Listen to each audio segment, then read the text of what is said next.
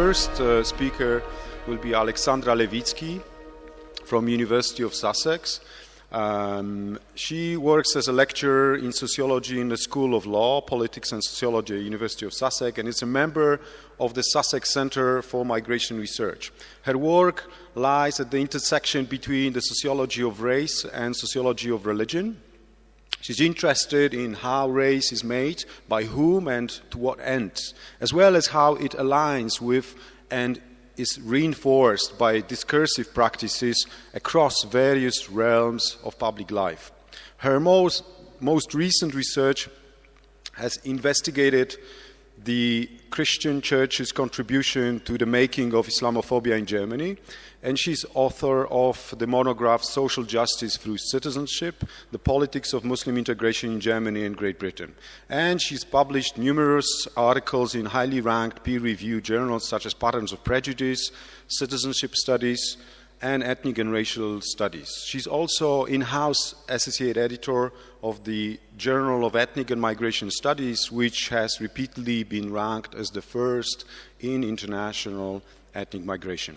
And Aleksandra is going to talk about building a new nation, anti-Muslim racism, and post-unification Germany. Aleksandra, the floor is yours. Thank you, everyone, for having me. I'm very pleased to be here today. Can you hear me? Because I don't want this in my face. So what I will be doing today, I'll be introducing a paper that I have recently co-authored with my friend and colleague Jasmin Schoman, who is the director of the Academy Programs of the Jewish Museum in Berlin. Okay, is that better? Great.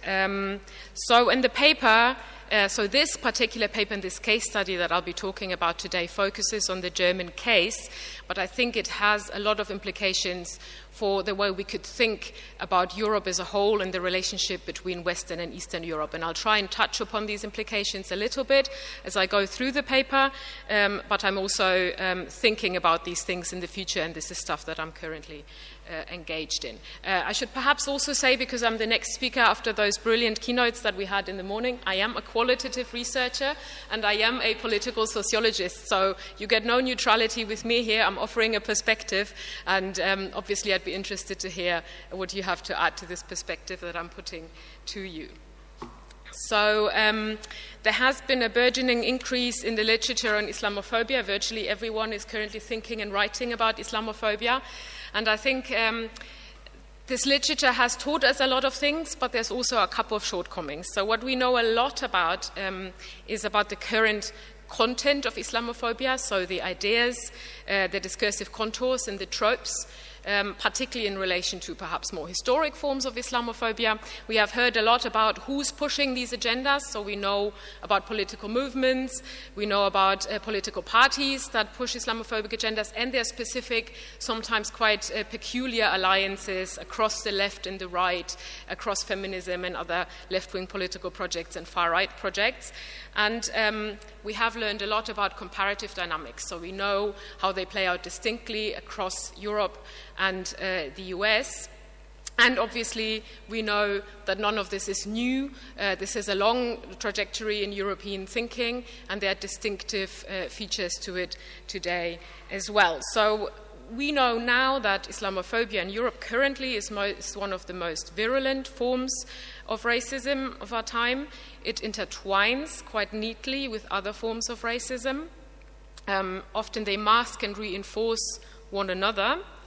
But what I think is somewhat missing, or perhaps has been not so explicitly reflected upon in this literature to this date, is like the bigger picture. So we have learned a little bit less about the conditions of possibility of these forms of racism and the mechanisms, the individual mechanisms, institutional mechanisms, or discursive mechanisms that sustain Islamophobia in Europe today. So we know from the history of racism that Orientalism and against racism against people of color, but also anti-Semitism, have fulfilled a strategic geopolitical function in the history of Europe, and in that they help to justify the colonial expansion of Europe, obviously, but also projects like the Third Reich. and the literature in this area is highlighting that actually those geopolitical projects and the form of racism that help to advance them are co-constitutive of one another, in that they produce one another. Not one of them came first, but they have reinforced and enabled one another. So can you see those two images that I've put on this slide?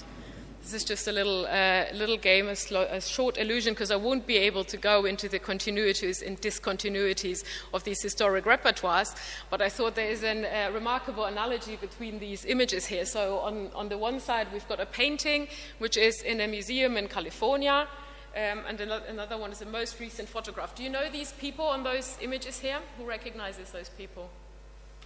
Any ideas? No. Thank you so much. That would instantly put me in a massive position of power. No, but I wouldn't dare. Yes, this is Melania Trump on this side. And who's the other guy? Do you recognize the other guy on the painting? Napoleon. That is Napoleon, indeed, yes. So we've got a painting from Napoleon's arrival in 1868 in Egypt, and you can see like the shadow behind him, that's his massive army, and he brought obviously also biologists and architects and anthropologists and historians who helped him to map what he then described as the Orient as well. And then we've got last year Melania Trump's visit to Egypt, where you can see her specific attire, the sort of clothes that she chose to wear. And I thought that the two images are quite striking in terms of they just look the same as if we hadn't seen several hundred years passing in between. So this is just to hint at certain continuities that may still be existing and analogies that we can be drawing between historical and contemporary repertoires of racism. And that is something that I've looked into in my current work, but I want to be talking about today is that I think the lesson that we learn from the history of racism is basically that racism has always fulfilled a function for the societies which advance this racism. And I think we need to be thinking a little bit more about what is the function that racism currently fulfills for us. So what job does it do for us? Because I think that question is key to unraveling why is it so persistent, why is it spreading, and why does it become salient at particular times in history.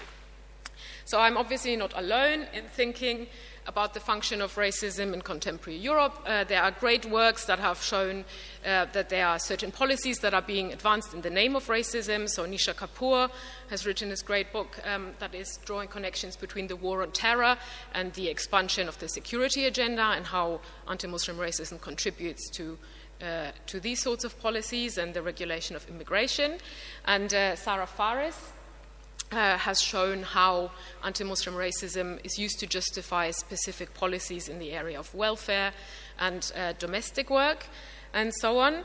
But what I think is missing in this specific literature again is another function, and that's the one that I'm thinking about today, and that is racism's function in that projections upon others can help us to build new nations, or can help us to arrive at a new sense of a we in times of trouble or financial crisis or perhaps other developments. So the case that will help me to make this point today is the German case, but I think that many of the observations that I'll be making in the next 10 minutes also apply to the process of unifying Europe as a whole. So when the wall came down, it was not only East and West Germans that came together, but in a sense that also triggered a process of Europe coming together as a new formation with the accession of several Central East European countries to the European Union. And some of those dynamics that I'm describing for the German case also apply to this wider scenario. So in the German case, the way the unification of West and East Germany was negotiated between those two parties bore certain asymmetries and had certain consequences that we can still notice today. So the first thing that happened is they put an organization in charge of negotiating the transition from into a capitalist market economy. That was the Treuhand. And the way property ownership was transferred in this process led to 95% of agricultural companies being sold to West German owners, whereas only 5% of those agricultural companies remained in the hands or were sold to East German owners. And to this date, a lot of private property in the East German regions is basically in the hand of West Germans. So there's very difficult access to property for East German citizens. Secondly, and I'm writing about these things if you're interested in that. There's a piece that's out with Patterns of Prejudice where I'm describing this in greater detail, so I'm just touching upon these things now. Secondly, leadership positions were literally inaccessible to most of East Germans. So the fact that Angela Merkel, the current Chancellor, is from East Germany shouldn't trick you, because in fact across the public and the private sector, in universities, in the media, you name it, the people in charge in leadership positions in the East currently are largely West Germans. And this stark underrepresentation of East Germans in leadership position is something that we can see up until the day, and there's research, I put a reference up there, that's showing these disproportionate, these unfair proportions. So it's, I think currently in East Germany, so in any sort of media, university, public sector, private sector organization, it's 22% of East Germans who hold leadership positions. Thirdly, and this is a phenomenon that I think also applies to the unification of East and West Europe. So what I mean by flow of capital is basically that a lot of the companies who obviously fueled the economic development because they invested into the East German market have their main base, however, in the West. So although obviously there was economic prosperity triggered by the fact that these Western companies came and established a market and became leading in key sectors, a lot of the capital that they're generating also flows back into the West and leads to this disparity that leadership positions again are held by West Germans. And finally, another analogy that also applies to the European case is the speed of development. So there were the terms under which unification was negotiated was very much, the conditions were set very much by West Germany, and it happened at a great speed that also introduced a neoliberalization into the sort of unprepared, formerly communist economy, which reinforced these asymmetries.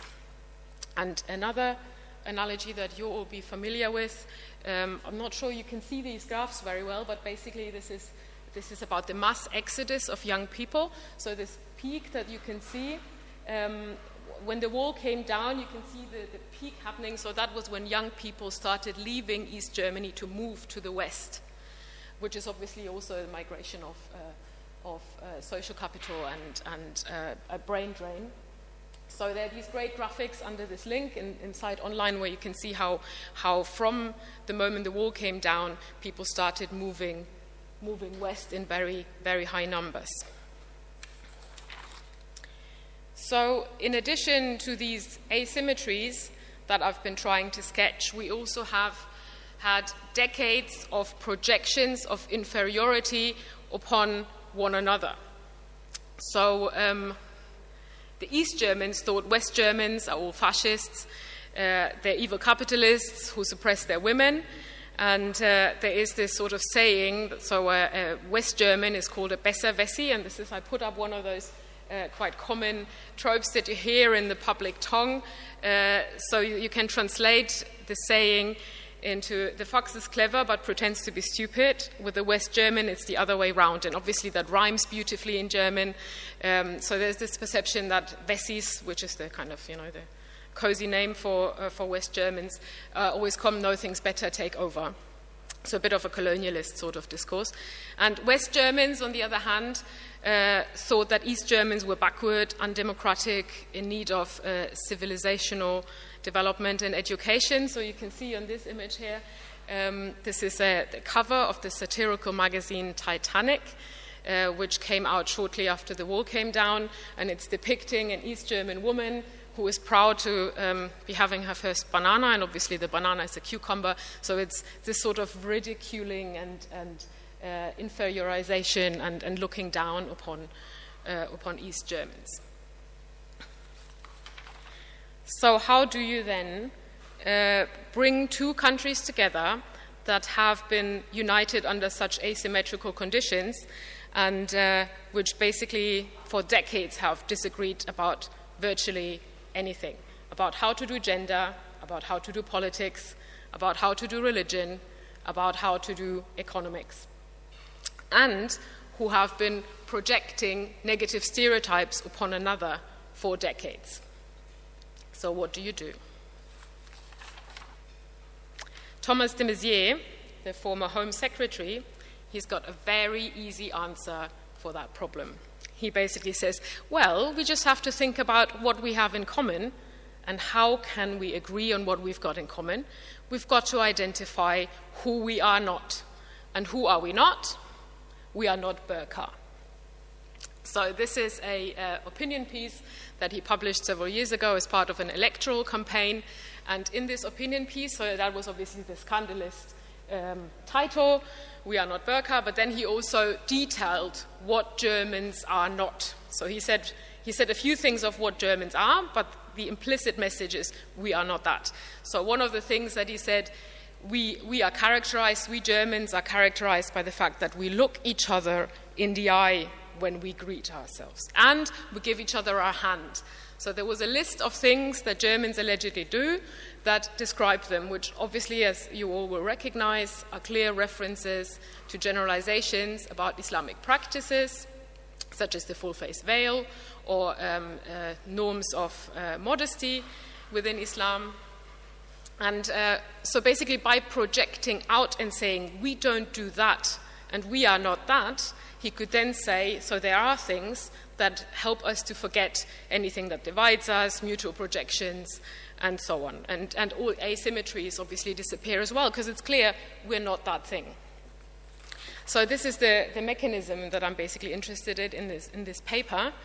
And my colleague Yasmin and I have tried to establish a little bit more closely whether there are any differences between the way this mechanism operates in the east and in the west of Germany. So are there distinct ways of deploying this sort of mechanism? So what we did is we did a discourse analysis of public and press statements, of blogs and social media posts, and journalistic and literary contributions from these four women. So this is obviously, there's no attempt to make this representative, but what we did do is we picked four women from different wakes of life. So Monica Maron, on the top, she's a public intellectual and a publicist who has got a strong profile to talk about the East and the history of East Germany. And Vera Lengsfeld is a conservative politician from the CDU, the Conservative Party. So both have been socialized in the East. And then Alice Schwarzer is the West German feminist par excellence. And she's the equivalent to Monica Maron in that she's a public intellectual, and then Beatrix von Storch is representing the AfD, the populist far-right extremist party. So what we found by looking at the statements of these women, and we did pick them because they're known for anti-Muslim racist statements, right? So we were interested in how the different, are there any differences between the way they narrate the anti-Muslim racism? Is there something Western and Eastern in the way they do that? And we found actually there isn't a specific regional flavor. There isn't something that, that the different histories that they've experienced would help us understand the way they articulate their racism. However, they speak from a distinct speaker position. So they come at the subject from a different sort of standpoint within the country in which they all live. So let me give you, how much time have I got? I will need 5, if that's okay with you. I'll basically run you through those examples because it was more important to me to get you to give you an idea of those conceptual ideas. So one example is, this is a poster from an electoral campaign. I took that photo myself in Berlin, and the German speakers among you will see what it says at the bottom of this poster is, we have more to offer. And so you can see this is obviously about the cleavage that they're showing here. So this is a double statement. They're basically showing, on the one hand, they're both Eastern socialized women, so they're saying, you know, the Aussies are just more progressive, emancipatory, and we stand for something that is very open-hearted. But then on the other hand, they're also saying, and this is a Western norm of how women can be free in the West, basically. So it's their way of constructing a we and a sort of, profile. Vera Lengsfeld put these posters up, and she got, I think she got a lot of beating from Angela Merkel, who wasn't consulted on this, so that that led to some inner-party tensions, this poster. But let me give you a less amusing example. So here are some statements that we found from Monika Maron. Here she specifically refers to her East German past and basically makes a reference to her experience of resisting the GDR to raise her anti-Muslim racist credentials. So she narrates her and others like her, like Vera Lengsfeld, as troublemakers. And then she compares their status as critical dissidents to secularized Muslims who apparently are so marginalized in the German public because everybody allegedly just engages with conservative representatives. And then she goes, all of this reminds me of the absurd discussions in the GDR where it was not possible to speak without censorship. And then she says, had the militant critics of Islam grown up in an Islamic culture like Nejla Kelek, that's one of their mates, or had they spent most of their life in the GDR as I did, perhaps they would value Western values much more highly for all their imperfections. So note the appropriation of Western values, right? Which is quite intriguing from this sort of direction. But she also positions herself as the expert who's always had an eye for injustice and is therefore now predestined to recognize injustice as it is happening in the current unified republic. So she thereby inscribes herself into a German we that places herself and other ethnic Germans at the center of this new we. This is almost like a takeover, because a lot of the communities that have been living in Western Germany, like the Turkish community, have been citizens of this republic for a longer time than she has. But she finds terms of reinscribing herself into that on an ethnic basis, such that the we would be projecting a vision that just works better for herself. So thereby she compensates for the status of second-class citizen that has been allocated to her in public discourse. So it's an interesting technique. So she's moving herself up the ladder, so to speak. And this plays out almost like the flip side of this is the West German discourse. So we can see here some statements from Beatrix von Storch. And so the AfD is one of the few parties who actually discuss the asymmetries that resulted from the terms of German unification, only that they say, so here there's a problem, there's a reason why East Germans are second-class citizens, but then they don't go back and say, oh, look, maybe something went wrong in the way we negotiated this. They just say, we just need to get rid of immigrants, Muslims, and so on, and then we can solve this problem. So interestingly, it's one of the few parties who caters to this resentment that has arisen in the eastern regions, but is then offering very simple solutions to much more complex problems. Here's some examples for how the AfD talks about this. And another strong mechanism in this West German anti-Muslim racist speaker position is the outsourcing of racism. So Alice Weidel, another AfD representative, says, of course we have a problem with racism, but it's not the problem of German citizens, but of those who do not want to integrate and who do not accept our values. So what she basically does here is she's purifying the nation from the stain of German guilt in the interest of carving a new self-image that is free of these sorts of racist histories and trajectories. And in a related move to the East German context, there's also an appropriation of history. This is a electoral poster from Nuremberg in West Germany, where the AfD claims that Sophie Scholl, who was one of the leaders of the White Rose, the resistance movement against the Nazi regime, would today vote AfD. So we can see a similar technique that we've seen in the case of Maron, of an appropriation of history and re-narration of history to purify the self-image. And Konrad will be pleased that I'm now concluding. So what I was hoping to show you in this very short time that I have here is that Islamophobia plays several key functions for German society, in that for the East German speakers, it allows them to assert their own belonging to this new nation. It enables them to reinsert themselves at the center of a new we. And it adds credibility to the agitation in the way they refer to the dissident past. For the West German speakers, on the other hand, Islamophobia enables them to redirect East German grievances onto others. It allows purifying the nation by moving on from the guilt complex. And it adds credentials, again, by appropriating history in a distinct, specific way, but in this case it would be West German or the shared German history of the Nazi regime. So all these different moves, you could say, enable arriving at new certainties about the contours of the German nation. So I think what we've learned from this basically is that anti-Muslim racism helps Germans to integrate with one another, to overcome some of their disparities and some of the difficulties in creating a new community. So the need to integrate does not always lie with those collectives that it's being projected upon. It can sometimes lie deeper within asymmetries within society. So I was hoping to convince you of the fact that anti-Muslim racism does do an important job for German society. Thank you.